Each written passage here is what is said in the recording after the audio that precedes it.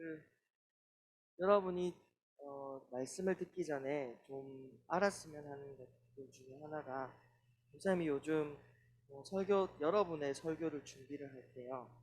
책을 주석이나 그러니까 성경 해석이나 책들을 보지 않아요. 왜냐하면 계속 깜짝이야. 책들을 보지 않는데 왜냐하면 계속 설교가 딱딱해진다라는 생각 때문에 그렇습니다. 그런데 놀라운 것은 하나님이 여러분을 정말로 사랑하시는 것 같아요.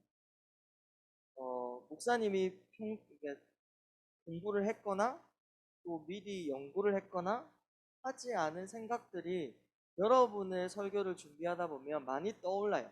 그게 너무 놀라워요. 그래서 목사님도 공부가 많이 되는데 오늘도 늘 보았던 말씀이고 너무 많이 오랫동안 지금 이 한 본문으로 계속해서 말씀을 진행하고 있는데 뭐 이런 내용들이 있었을까 하는 것들이 목사님 마음에 하나님이 주셔서 우리 고등부 친구들을 하나님이 너무 사랑하시고 하시고 싶어 하시는 말씀이 되게 많으시구나 하는 것들을 또 깨닫게 됩니다. 자, 이제 아들을 잃은 아버지의 이야기는 이번 주 하고 다음 주 하면 이제 끝날 텐데요. 21절부터 24절은 잃어버린 아들이 아버지께로 돌아가서 만나는 장면이에요. 그리고 아버지가 하는 행동들이 부각되어 있는데 여러분, 세상에서 신분의 변화는 조건과 실력과 능력과 학력과 출신과 대학과 내가 어디에 뭐 출신이냐 이런 것들이 굉장히 중요해요. 여러분이 돈을 많이 벌면 신분이 이렇게 올라가요. 세상 사람들이 그렇게 평가를 해주니까, 그죠? 돈 많은 사람들, 학력이 좋은 사람들, 또 좋은 대학 나온 사람들, 어떠한 조건과 내가 가진 필요들과 뭐 하여튼 뭐 실력이나 능력이나 이런 것들로 사람들을 평가하고 나뉘고 신분을 올렸다 내렸다 올렸다 내렸다 할 거예요. 여러분도 나중에 사회에 나가면 내가 좀 더 좋은 대학에 갈 걸, 내가 좀 더 공부를 할 걸, 내가 좀 더 일찍이 일을 해서 돈을 벌어 놓을 걸, 뭐 이런 생각들을 하게 되어 있어요. 왜냐하면 세상이 평가하는 신분에 대한 나누는 계급을 올리고 내리는 뭐 이런 것들은 다 그런 것들에게 주안점이 있기 때문에 그래요. 그러나 하나님은 우리를 볼 때 아들로 보세요. 아들. 오늘 본문은 하나님이 우리를 아들로 봐주시는데 그것을 영원토록 아들이다라고 해주시는 하나님의 포기하지 않는 사랑을 잘 보여주고 있습니다. 성경을 읽을 때 천천히 읽으라고 했어요. 자, 21절을 보세요. 아들이 목을 꽉 끌어안는 아버지 앞에서 뭐라고 말하냐면 아들이 이르되 아버지 내가 하늘과 아버지께 죄를 지었사오니 지금부터는 아버지의 아들이라 일컬음을 감당하지 못하겠나이다 하나. 아버지, 제가 아버지께 죄를 지어서 염치가 없어서 이제는 아들이라고 불리기에 부끄럽습니다. 종이라도 되게 해주세요 라고 거짓골로 아버지 앞에 서 있는 거예요. 저는 이제 아버지 아들이라 불려지기에 너무 민망해서 그건 못하겠고 배는 고프니까 일을 할 테니 밥이나 좀 주세요 뭐 이런 마음이에요. 자, 그런데 22절에 아버지가 이 아들에 대한 말에 대답이 있어요 없어요? 아니야 넌 내 아들이야 뭐 이런 말이 있어요?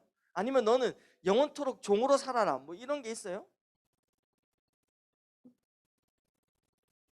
얘기 있으니까 조금 벗을게요. 좀 더 멀리 가서. 말이 없죠. 행동만 있어요. 행동만. 어떻게 해요? 아버지가 그 말을 듣고는 갑자기 종들을 막 불러요. 그리고 뭐요? 새 옷으로 갈아입혀라, 반지를 끼워라, 새 신을 갈아 신겨라, 그리고 송아지를 잡아라, 잔치를 벌이자, 이렇게 이야기를 하죠. 여러분, 그 시대에 새 옷을 입히고 또 가락지 반지를 끼우고 신발을 신긴다는 것은 누가 뭐래도 이 아이는 내 아들입니다 라는 것들을 증명하는 표시예요. 무슨 말을 하려고 하냐면, 아버지, 저는 당신의 아들이라고도 불려지기에 부끄럽습니다. 죄가 너무 많습니다. 너무 잘못 살아왔고, 너무 틀리게 살아왔고, 너무 많은 것들을 잘못하며 살아와서 아버지의 아들이라 불려지기도 어렵고 힘들고 괴롭습니다. 그러니 그냥 일하고 밥만 먹는 종으로 삼아 주십시오 라고 하는 말에 아버지는 아무런 대꾸도 안 하고 이는 내 아들이라는 것을 온몸으로 표현하고 있어요. 하나님과 우리의 관계에서 마찬가지예요. 하나님, 저는 하나님의 아들이라고, 하나님의 자녀라고 하기엔 너무 부끄러워요. 죄도 많고요, 모자라고요, 부족하고요, 다른 사람보다 신앙이 좋지도 않고요, 공부도 잘하지 못하고, 여러 가지 조건으로 하나님의 자녀라고, 하나님의 아들이라고, 하나님의 딸이라고 불려지기 너무나 부끄럽습니다.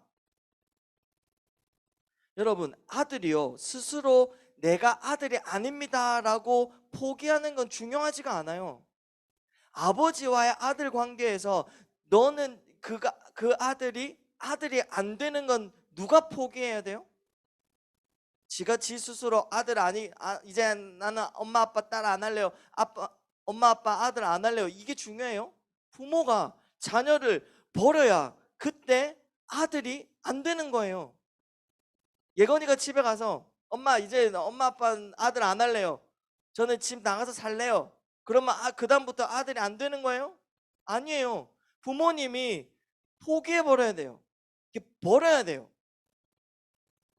무슨 말이냐면, 하나님과 우리의 관계에서 우리의 꼬라지가 어떻든, 우리의 모습이 어떻든, 우리가 얼마나 잘 살아왔는지 못 살아왔는지, 내가 얼마나 공부를 잘하는지, 신앙생활을 얼마나 잘하든지, 얼마나 못했는지, 이런 조건과 실력이 중요한 게 아니라 하나님이 나를 포기하지 않는다는 사실에 우리의 자녀라는 신분은 영원토록 유지된다 이 말이에요. 그러면 마음대로 살아라? 아니죠. 여러분, 부모님의 말을 잘 듣는 친구들을 보면, 마음을 다해 말을 잘 듣고 존경하고 부모님을 사랑하는 친구들을 보면, 어떤 아이들이, 어떤 친구들이 부모님을 사랑하느냐, 부모님의 사랑을 명확하게 아는 친구들은 부모님을 사랑하게 되어 있어요.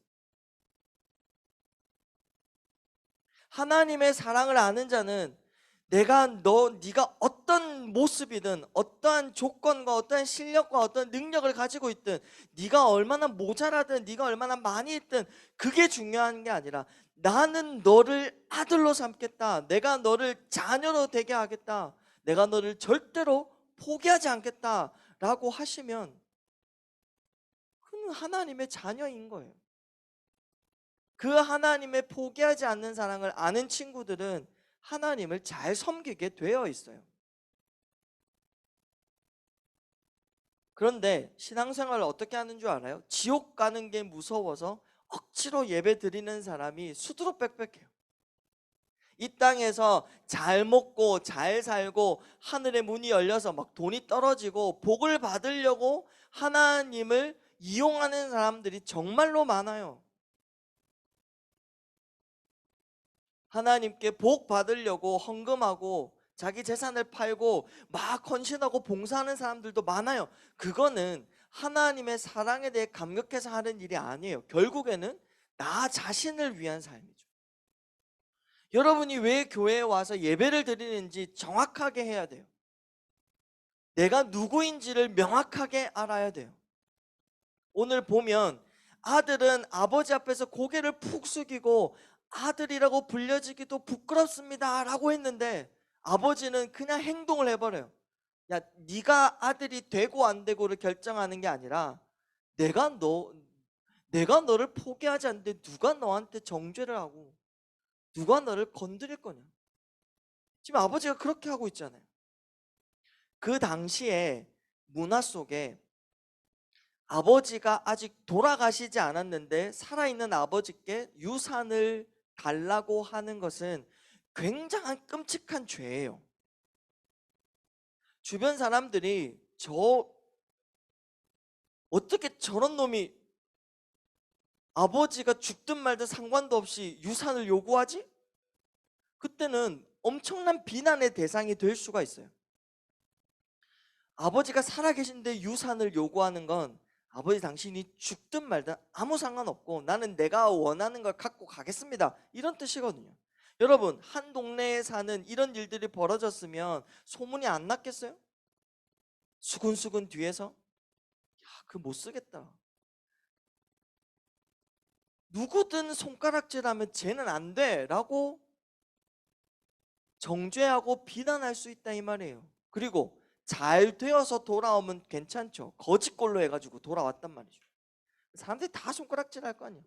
누가 봐도 죄 있는 꼴로 왔는데 손가락질 할 거예요. 야, 넌 그 모양으로 살려고 아버지가 죽든 상관없이 유산을 구했냐? 오는 대로 동네 사람들은 욕을 했을 거다 이 말이에요. 그런데 그 죄의 대상인, 죄를 저지른 대상인 아버지가 그 아들에 대해 아무런 책망도 아무런 비난도 아무런 말도 하지 않고 여전히 이 아들은 내 아들이야 라고 온몸으로 표시를 한다면 누가 그를 건드리겠습니까? 마찬가지입니다. 여러분이 죄 없다라고 할 수 없을 거예요. 지금도 양심에 걸리적거리는 죄들이 여러분 안에 있을 거라 생각이 들어요. 왜? 죄 짓지 않고 사는 사람들 아무도 없으니까. 그냥 내 죄를 모른 척하고 지나갈 뿐이지, 우리 모두는 양심이 걸리적거리고 불편하고 괴로운 죄들과 미운 마음과 음란한 생각들과 아니 5만 가지의 상상과 그림을 그리며 우리는 죄를 지으며 살아가요. 그 즉시로 사탄은 여러분에게 공격을 하죠. 야, 넌 그래가지고 예수님 믿는다고 그러냐? 하나님도 너를 싫어하실걸? 네 이 마음속을 하나님이 다 아시는데 이 속을 들여다보고 하나님 널 사랑하시겠냐? 네 인생을 책임져 주시겠냐? 야, 복 받을 행동을 해야 복이 임하는 거지. 네가 하나님께 잘 보여야 하나님이 너를 사랑해 주시는 거지. 이래 가지고 되겠냐? 라고 사탄은 손가락질 한다 이 말이에요. 그런데 하나님은 여러분을 예수 그리스도로 덮어버렸어요. 예수 그리스도, 우리의 모든 죄를 가지고 짊어지시고 십자가에 죽으사 피를 다 흘리신 그 예수 그리스도의 공로로, 예수 그리스도의 은혜로, 예수 그리스도의 사랑으로 여러분을 덮어버렸어요. 지금 아들이 거짓골로 돌아왔는데 새 옷을 갈아입히고 가락지를 끼고 신발을 신기듯이 예수 그리스도로 여러분을 옷 입게 만들어버렸어요. 아무도 여러분을 건드릴 수 없다 이 말이에요. 잘못은 할 수 있죠. 잘못 살아갈 수도 있어요.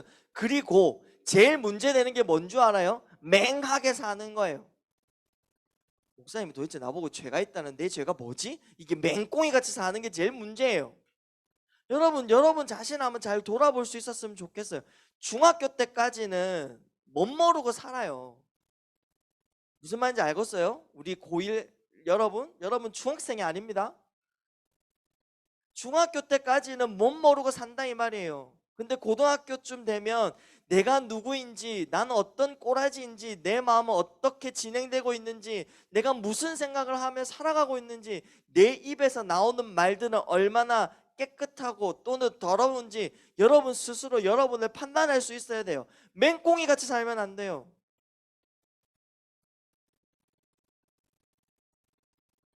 그래도 우리를 정죄할 수 있는 존재는 없어요.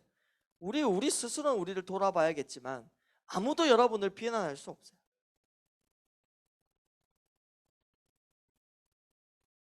여러분은 잘못될 존재가 아니기 때문에, 하나님이 여러분을 포기하시지 않는 이상 여러분은 절대로 잘못될 수 없기에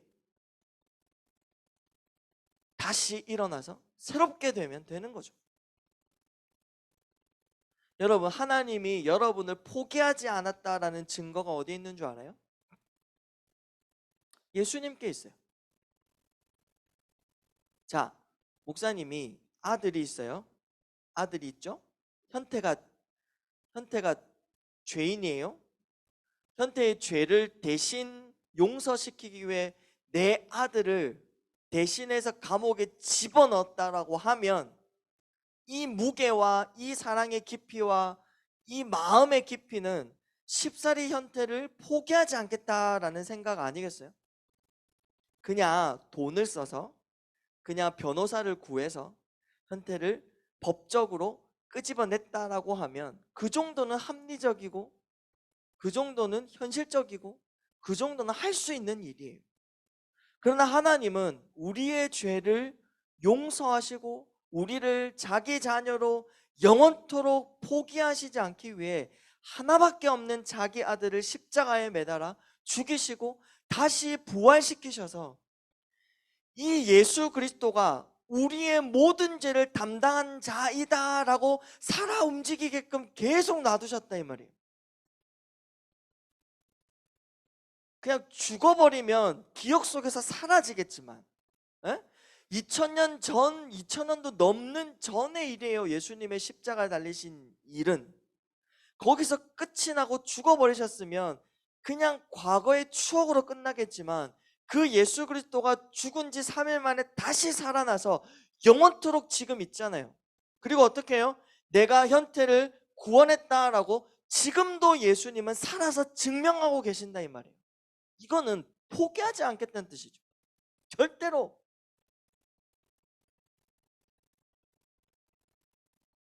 여러분은 하나님 손에서 포기되지 않는 자입니다. 그러니까 좀 불편해요. 다른 친구들과 달리 예수님을 믿는다라는 건 좀 불편해질 수 있어요. 왜냐? 다른 애들은 지 하고 싶은 대로 막 쏟아내지만 우리는 희한하게 뭔가를 잘못하면 깨림직하기 시작하죠. 죄는 깨림직한 거예요.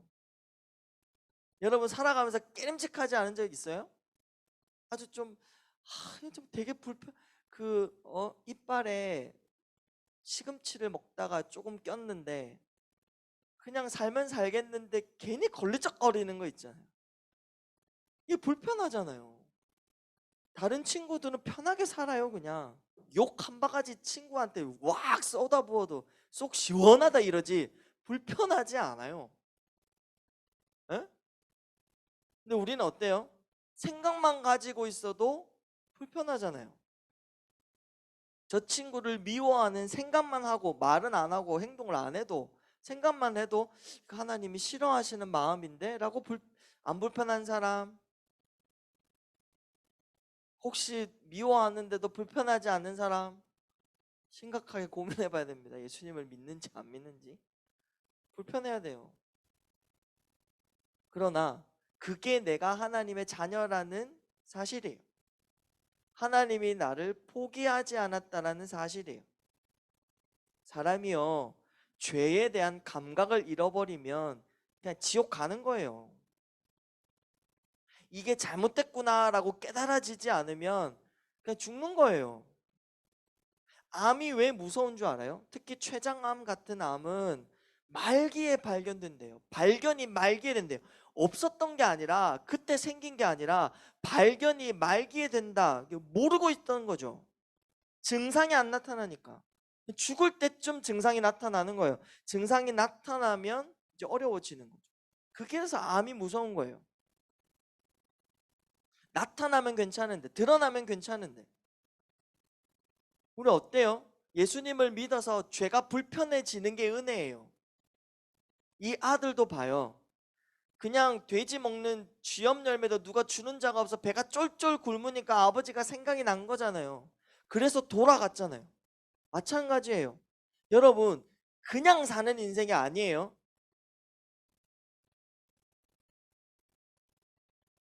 하나님이 하나밖에 없는 자기 아들과 여러분의 자리를 바꿔치기 해서 여러분에게 영원한 생명을 주셨다면 여러분의 인생은 예수 그리스도의 가치만큼 가치가 있어요. 안 와닿죠. 안 와닿을 수 있어요. 너무 크니까. 여러분, 우주가 있다라고 말은 하는데 느껴져요? 이렇게 현실감이 와요? 그렇다고 없다라고 할 수 있겠어요? 미국 가본 사람 한 명. 언제 갔다 왔어요? 진주영 쌤은?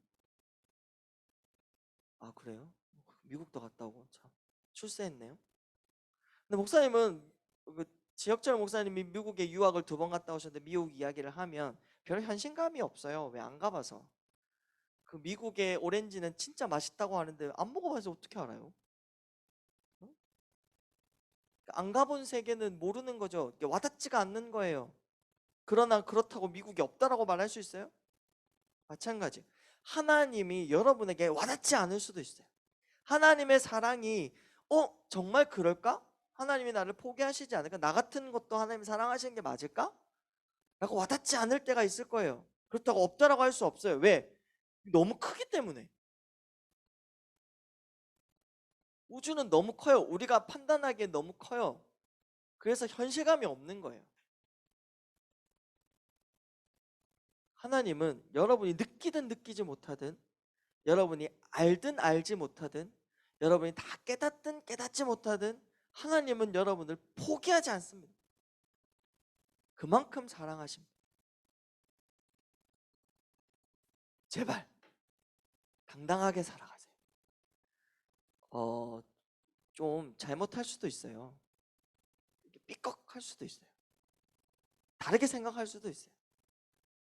좀 잘못 방향 잡고 갈 수도 있어요. 그러나 언제나 돌아올 길이 있다라는 사실 앞에 당당해졌으면 좋겠어요. 예수님 믿는 게 부끄러운 일이 아니잖아요. 요즘은 좀 예수 믿는 사람들이 잘 못해서 가끔 부끄러울 때도 있기도 하지만 하나님 때문에 부끄럽지는 않잖아요. 정리를 하겠습니다. 아들이 자기가 염치가 없어서 아들 되지 않겠다라고 포기하는 건 아무것도 중요하지 않아요. 하나님이 아버지가 그 아들을 아들이다라고 한 거면 거기서 끝이. 그 안에서 그 하나님의 포기하지 않는 사랑 안에서 힘을 내세요. 여러분의 마음이 무너지고 또는 죄 때문에 막혀 있고 답답하고 갈 길을 몰라 헤매는 것 같고 뭐 이런가 뭐 저런가라는 온갖 복잡한 생각과 감정 속에서 나는 어디로 가고 있지? 나는 누구지? 내 미래는 어떻게 될지 이런 고민들 가운데 힘들고 답답한 친구들은 아버지 대신 하나님을 불러보세요. 하나님이 반드시 지혜를 주실 것입니다. 여러분을 절대로 포기하지 아니하시는 그 하나님의 사랑 앞에 당당하고 담대하고 감사하고 찬양하며 살아갔으면 좋겠습니다. 제발 맹꽁이 같이 살면 안 돼요. 목사님 봐요. 나 봐요, 빨리 나 봐요. 아무 생각 없이 살면 위험해요. 아무 생각 없이 시간을 보내고 흘러가면 너무 후회되는 날이 있을 거예요. 여러분 자신을 잘 생각해 보세요. 지금은 여러분의 마음과 여러분의 생각과 여러분 자신에 대해서 좀 집중하며 생각해야 될 나이예요. 오지랖 넓게 친구 문제에 달려들어서 괜히 복잡하게 만들지 말고, 요즘 그 트로트 노래 중에 테스 형? 아무도 몰라요? 소크라테스가 그랬죠. 너 자신을 알라? 우리나 잘 알자고요. 하나님이 우리를 어떻게 생각하시는지, 하나님이 우리를 얼마나 사랑하시는지, 하나님이 우리의 인생에 대해 어떤 계획을 가지고 계시는지, 나는 어떤 존재로 이 땅에서 어떻게 살아가야 하는지 진지한 고민 속에 하루하루를 살아가셨으면 좋겠습니다. 오늘은 종려주일이라고 이름을 해요. 종려주일. 예수님이 예루살렘에서 십자가에 달려 죽으시기 위해서 예루살렘의 나귀를 타고 들어가시는 그 날이에요. 예수님이 나귀를 타고 예루살렘에 입성하실 때 사람들이 종려나무 가지를 막 흔들었어요. 그리고 자신의 겉옷을 길가에 깔았어요. 예수님은 그 위를 환호받으며 지나가셨어요. 왜 종려나무 가지를 흔드느냐? 종려나무는 영광을 상징하는 나무라서 그랬어요. 왕이시여 우리를 구원하소서. 이 겉옷은 신분을 상징하거든요. 내 겉옷을 바닥에 깔았다라는 것은 내 신분을 내려놓고 당신을 왕으로 모십니다, 이제 이런 뜻이에요. 사람들의 생각은요, 예수님이 어떤 왕이시기를 원하느냐, 힘 있는 왕위를 원했어요. 하나님, 예수님 당신이 힘이 있어서 로마를 짓밟고 우리를 해방시켜 줄 그 해방자입니다 라고 환호를 한 거예요. 그러나 예수님은 아무짝에도 힘이 없는 자로 십자가에 달려 죽었어요. 여러분이 믿고 따르던 지도자가 그냥 앞에서 죽어버려 봐요. 그게 무슨 힘이 있겠어요? 더 이상 아무런 힘이 없잖아요. 그러나 예수님은 힘으로 우리를 구원하신 게 아니라 자신의 죽음으로 우리를 구원하셨단 말이에요. 우리를 죽기까지 사랑하셨단 말이에요.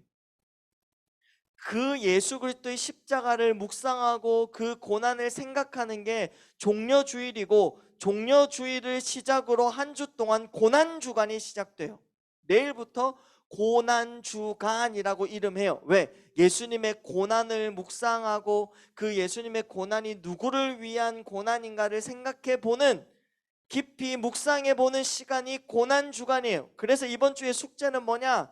여러분이 하루에 한 번은 예수님을 생각해 봐요. 왜 예수님이 죽었지? 왜 죽는 방법으로밖엔 구원을 이룰 수 없었을까? 하는 것들을 생각해 보세요. 그러면서 하나님이 우리를 얼마나 사랑하시는지를 와닿게 깨닫는 여러분의 이번 한 주의 삶이 되었으면 좋겠습니다. 아멘. 네, 오늘 이 찬양하면서 함께 기도하겠습니다.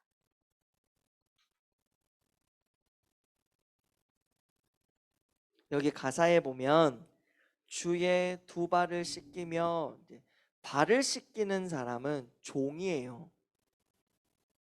그냥 힘이 없어서 종이 된 것이 아니라 그냥 폭력과 압력과 너무 거대한 힘 앞에 내가 굴종하는 게 아니라 사랑해서 내려가는, 사랑해서 예수님의 발을 씻겨주시는 그런 여러분의 하나님을 깊이 사랑할 수 있는 사람들이 되었으면 좋겠습니다.